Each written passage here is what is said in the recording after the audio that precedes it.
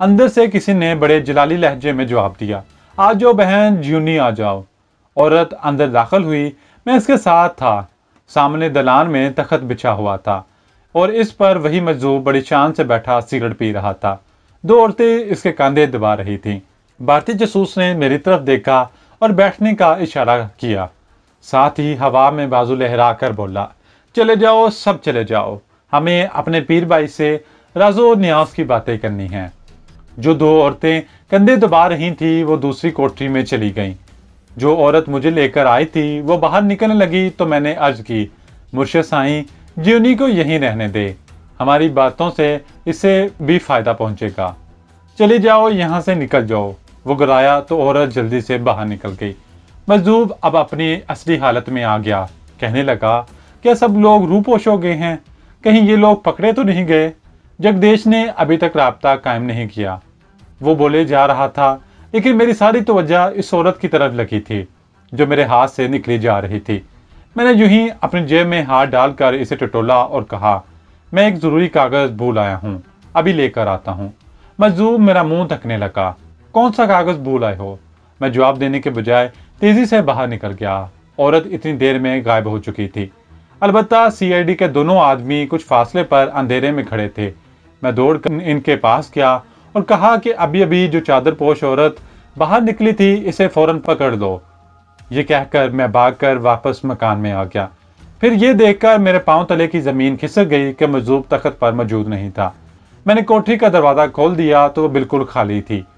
میں سیڑھیاں پھلانگتا ہوا اوپر چھت پر آ گیا۔ یہاں بھی ایک چھوٹا سا کمرہ تھا، اس کا دروازہ بند تھا۔ میں نے ٹکر مار کر دروازہ کھول دیا۔ وہ کونے میں بیٹھا ٹرانسمیٹر کی مدد سے سگنل دینے کی کوشش کر رہا تھا۔ میں نے اس پر چھلانگ لگا دی۔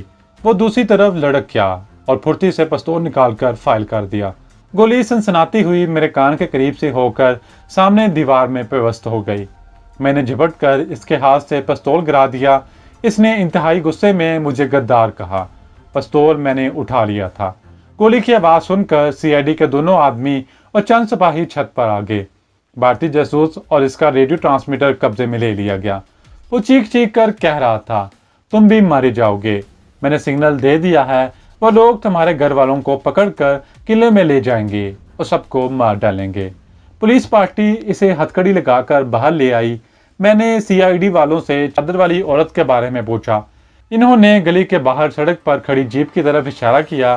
عورت وہاں پولیس کی حراست میں سر جھکائے بیٹھی تھی۔ پولیس ان دونوں کو قلعے میں لے گئی۔ میں نے رکشہ پکڑا اور سیدھا ملک صاحب کے بنگلے پہنچ گیا۔ انہیں مشن کی کامیابی کی اطلاع کی اور اسلام آباد چودھری صاحب کو فون کر کے ان سے لاہور آنے کی درخواست کی۔ انہوں نے کہا کہ وہ صبح کی فلائٹ سے پہنچ جائیں گے۔ اب مجھے یہ فکر لاحق ہو گئی تھی کہ اگر اس بدبخت جاسوس نے واقعی میرے بارے میں پیچھے کوئی سگنل دے دیا تو مجھے بھارت پہنچتے ہی گرفتار کر کے شوٹ کر دیا جائے گا اور میرا اصل مشن ادھورا رہ جائے گا۔ حقائق معلوم کرنے کا میرے پاس ایک ہی ذریعہ تھا کہ میں اس پر V2 گولی آزماؤں۔ میں یہ تجربہ چودھری صاحب کی موجودگی میں کرنا چاہتا تھا۔ میں نے ملک صاحب کو اس سلسلے میں کچھ نہیں بتایا۔ رات بے چینی سے پہلو بدلتے گزر گئی۔ صبح اسلام آباد فون کیا تو چودھری صاحب نے بتایا کہ وہ 8:30 بجے کی فلائٹ سے روانہ ہو رہے ہیں۔ ملک صاحب گرفتار شدہ جاسوسوں سے پوچھ گچھ کرنے کے لیے قلعے کی طرف چل دیے۔ میں ان کے بنگلے پر ہی چودھری صاحب کا انتظار کرنے لگا۔ وہ 9:15 بجے بنگلے پر پہنچ گئے تو میں نے تمام واقعات ان کے گوش گزار دیے۔ انہوں نے میرے منصوبے سے اتفاق کیا۔ 10 بجے ہم قلعے کے تہہ خانے میں پہنچ گئے۔ V2 گولیاں میرے پاس تھیں۔ جاسوس کو جس کوٹری میں بند کیا گیا تھا اس میں ایک خفیہ سوراخ تھا جس میں اس کی نقل و حرکت آسانی سے دیکھی جا سکتی تھی۔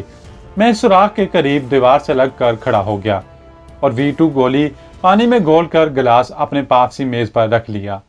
چودھری صاحب پستول ہاتھ میں لیے اکیلے کوٹری میں داخل ہو گئے۔ میں نے دیکھا کہ بھارتی جاسوس ان پر ایک نفرت انگیز نگاہ ڈالی اور پھلا کر کہا، تم لوگ مجھ سے کوئی راز نہیں کھلوا سکتے، چاہے میرے جسم کے ٹکڑے کر دو۔ تمہارا آدھا پاکستان ہم نے کاٹ کر الگ پھینک دیا ہے، بہت جلد تمہیں باقی بچے ہوئے پاکستان سے بھی ہاتھ دھونے پڑیں گے۔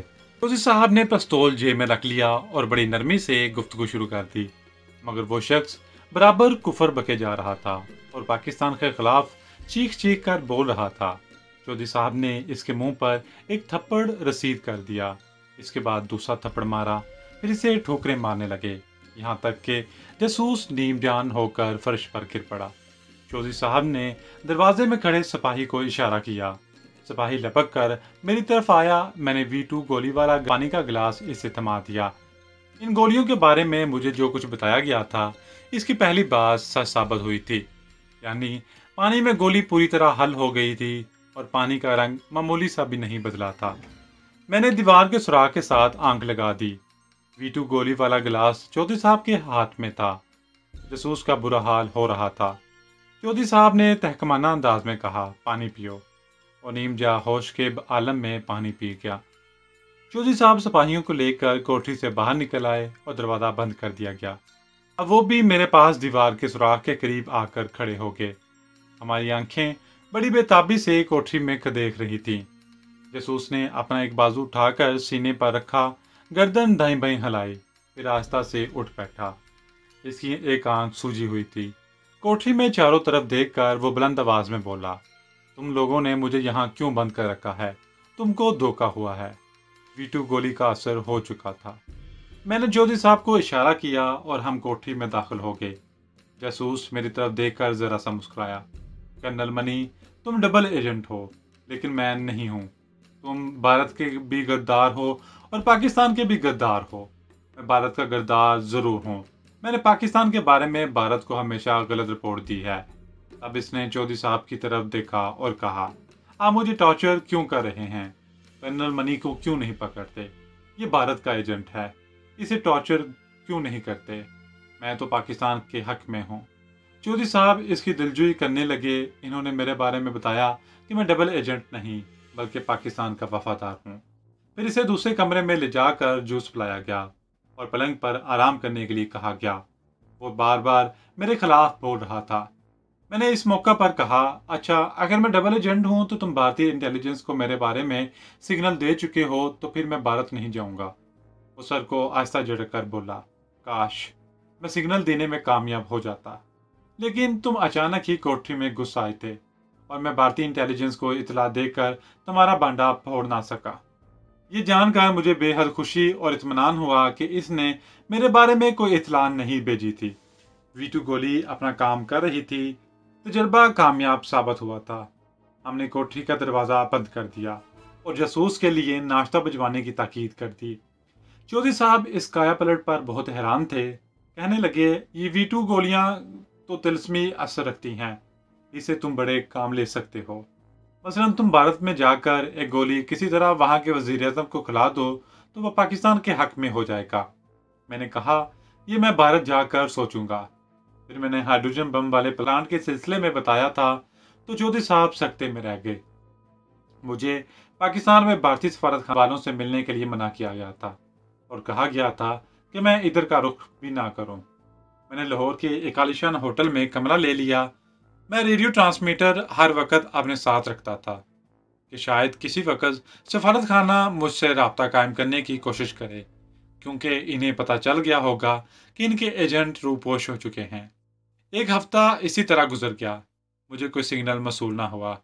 अब मैंने भारत में दाखिल होने का फैसला कर लिया। एक सुबह मैंने अमृतसर में मुतय्यन military intelligence chief colonel Gurmeet Singh को सिग्नल दिया। इसे पाकिस्तान में भारतीय एजेंटों रूपोश हो जाने का इल्म हो चुका था। इसने मुझे हदायत की कि मैं मास्टर स्पाई का सुराग लगाने की कोशिश करूं। अगर वो लोग गिरफ्तार कर लिए गए हैं तो वापस चला आऊं। 2 रोज बाद मैंने गुरमीत सिंह को सिग्नल दिया कि मेरी तफ्तीश के मुताबिक मास्टर स्पाई गिरफ्तार हो चुका है और पाकिस्तानी CID बड़ी शिद्दत से मेरे पीछे लगी हुई है। कर्नल गुरमीत सिंह ने फौरन जवाब दिया, कर्नल मनी, हमारा मिशन मुकम्मल हो चुका है, फौरन वापस आ जाओ। इसके साथ ही कर्नल ने यह भी तय कर लिया कि मुझे किस मकाम से किस पासवर्ड के साथ भारतीय सरहद में पहुंचना होगा। वक्त रात के 3 बजे का दिया गया है। मैंने चौधरी साहब से मुलाकात करके इन्हें इस नई सूरत हाल से आगाह किया।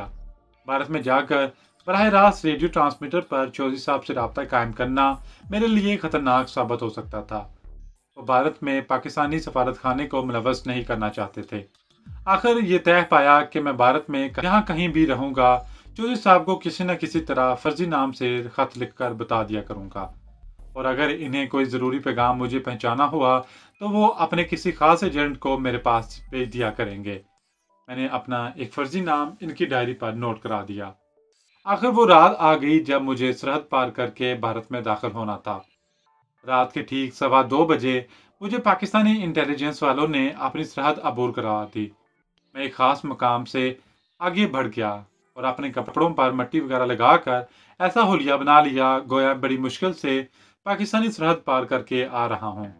ये सारा इलाका मेरा देखा भाला था। ना तो मुझे पाकिस्तानी बॉर्डर की तरफ से गोली चलने का इम्कान था। मेरे बारे में वहाँ एक खास मकाम पर पहले से इतला कर दी गई थी। मुझे अगर तशवीश थी तो सिर्फ ये थी कि कहीं मुझे जाल में तो नहीं फंसाया जा रहा। मुझे मुजरिम साबित करने के लिए मेरे कपड़े उतरवा कर 1 सेकंड का मुआयना भी काफ़ी था। मेरा मुसलमान साबित हो जाना भारतीय इंटेलिजेंस के लिए धमाके से कम ना होता। दिल में यही तशवीश और जहन में यही खटक लिए मैं अंधेरी रात में मखसूस भारतीय चौकी के करीब पहुंच गया। मुझ पर एकदम से सच लाइट फेंकी गई। मैंने दोनों हाथ उठाकर वाहे गुरु जी का खालसा वाहे गुरु जी की फतह का हल्का सा नारा लगाया। यही मेरा पासवर्ड था। मोर्चे से एक सिख फौजी निकलकर मेरी तरफ बढ़ा। इसके हाथ में स्टेन गन थी। मेरा दिल शिद्दत से धड़कने लगा। इसने मुझे अपने पीछे आने का इशारा किया। मैं इसके मोर्चे में चला गया। यहाँ से मुझे एक जीप में अमृतसर रवाना कर दिया गया। मैंने दिल ही दिल में खुदा का शुक्र अदा किया, लेकिन अभी खतरा पूरी तरह से नहीं टला था। अमृतसर में कर्नल गुरमीत सिंह पुर इंतजार कर रहा था। वो मेरे लिए बलाए नागहानी साबित हो सकता था। जीप में मेरे साथ मिलिट्री सीक्रेट सर्विस का एक सादा लिबास वाला आदमी भी था, जबकि जीप एक फौजी चला रहा था। अमृतसर रेलवे स्टेशन के सामने वाले विष्णु होटल में मेरे लिए कमरा बुक था। मेरा लिबास वही शलवार कमीज था, चेहरे पर फ्रेंच कट दाढ़ी और हाथ में ब्रीफ केस था। होटल वाला मुझे मुसलमान समझा। फौजी जीप से उतरते देख कर खामोश रहा। सादा लिबास वाला होटल में आकर मुझसे कहने लगा, सुबह 10 बजे तुम्हें लेने आऊंगा, तैयार रहना। ये कहकर वो चला गया। मैंने दरवाजा अंदर से बंद किया और दिल में तरह तरह के अंदेशे और वसवसे लेकर पलंग पर चित लेट कर सिगरेट पीने लगा। सोचते सोचते आखिर मुझे नींद आ गई। सुबह आंख खुली तो 9 बज रहे थे। जल्दी से उठकर गुस्ल किया, नाश्ता मंगवाया। पूरे 10 बजे होटल के सामने फौजी जीप आकर रुक गई।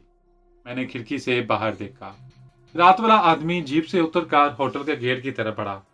थोड़ी ही देर बाद हमारी जीप अमृतसर के किले की तरफ जा रही थी। ब्रीफ केस मेरे साथ था। इसमें रेडियो ट्रांसमीटर और कोड बुक थी। मैंने जहरीला सिगार भी शलवार की खास जेब में रख लिया था। V2 गोलियों का पैकेट अलबत्ता साथ ले जाने का खतरा मोल नहीं ले सकता था। अलबत्ता इनके बारे में इतला दे चुका था कि पाकिस्तानी सियासतदानों को खिला चुका हूँ। इन गोलियों का पैकेट मैंने रेलवे स्टेशन वाले होटल के कमरे के बाहर बरामदे के एक गमले में छुपा दिया था। जूं जूं जीप किले के करीब होती जा रही थी, मेरे दिल में अंदेशे बढ़ते जा रहे थे, लेकिन साथ ही ये ख्याल भी आता कि इंडियन इंटेलिजेंस में मेरा रिकॉर्ड बेदाग है और जिस मुक्ति बाहिनी जासूस को हलाक करके मैंने इसका बेस बदला है वो इंडियन सीक्रेट सर्विस की गुड बुक्स में है। इसी कश्मकश में जीप किले के बड़े गेट में दाखिल हो गई और जब हमारी जीप कर्नल गुरमीत सिंह के जेर जमीन ऑफिस को जाने वाले रास्ते के दरवाजे पर आकर रुकी तो मेरे अंदर काफी हौसला और एतमाद पैदा हो चुका था। कर्नल अपने उसी पुराने ऑफिस में मेरा इंतजार कर रहा था। मैं कमरे में दाखिल हुआ तो उसने बड़ी खंदा पेशानी से हाथ मिलाया। मेरे अंदेशे किसी हद तक दूर हो गए।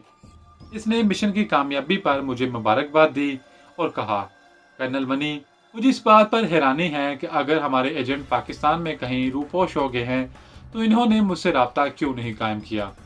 मास्टर स्पाई के पास तो हाई पावर रेडियो ट्रांसमीटर हर वक्त मौजूद रहता है। हो सकता है पाकिस्तानी पुलिस ने इन्हें गिरफ्तार कर लिया हो। CID के आदमी मेरे पीछे भी लगे हुए थे। मैंने बड़े खतरनाक हालात में पाकिस्तान का बॉर्डर क्रॉस किया है, मैंने जवाब में कहा। तजुर्बाकार से कर्नल की चमकीली आंखें मेरे चेहरे पर जमी हुई थीं। इसने हाथ में पकड़ी हुई पेंसिल मेज पर रख दी और कुर्सी की पुष्टगाछ से टेक लगाते हुए बोला, कर्नल मनी, हमारे एजेंट बड़े तजुर्बाकार हैं और कई साल से पाकिस्तान में काम कर रहे हैं। मेरी समझ में नहीं आता कि एकदम वो सारे के सारे कैसे पकड़े गए। कहीं किसी ने मुखबरी तो नहीं की।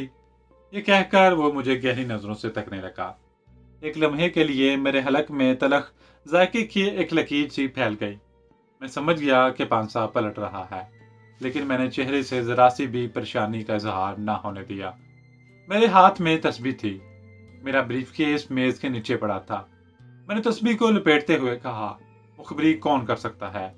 अगर किसी ने ऐसा किया है तो वो जरूर डबल एजेंट है, मगर इस किस्म का आदमी कम से कम हमारे ग्रुप में नहीं है। गुरमीत सिंह का बालों में छुपा हुआ चेहरा बता रहा था कि वो मेरी बात नहीं सुन रहा, बल्कि कुछ सोच रहा है। हालांकि मेरी तरफ टिकटिकी लगाए हुए था। अचानक इसने सवाल किया, कर्नल मनी, तुम अमृतसर के किस मोहल्ले में पैदा हुए थे? इस सवाल ने मुझे चौकन्ना कर दिया। अब कोई शुबा नहीं रहा था कि मेरा राज फाश हो चुका है। फिर भी मैंने अपने हवास कायम रखे। अपने स्मगलर दोस्त के यहाँ क्याम के दिनों में मैं अमृतसर के गरीब मोहल्लों से वाकिफ हो चुका था। मैंने कहा, मेरा जन्म नहान सिंह की गली पांदिया में हुआ था। वो मेरे माता पिता के बारे में पूछने लगा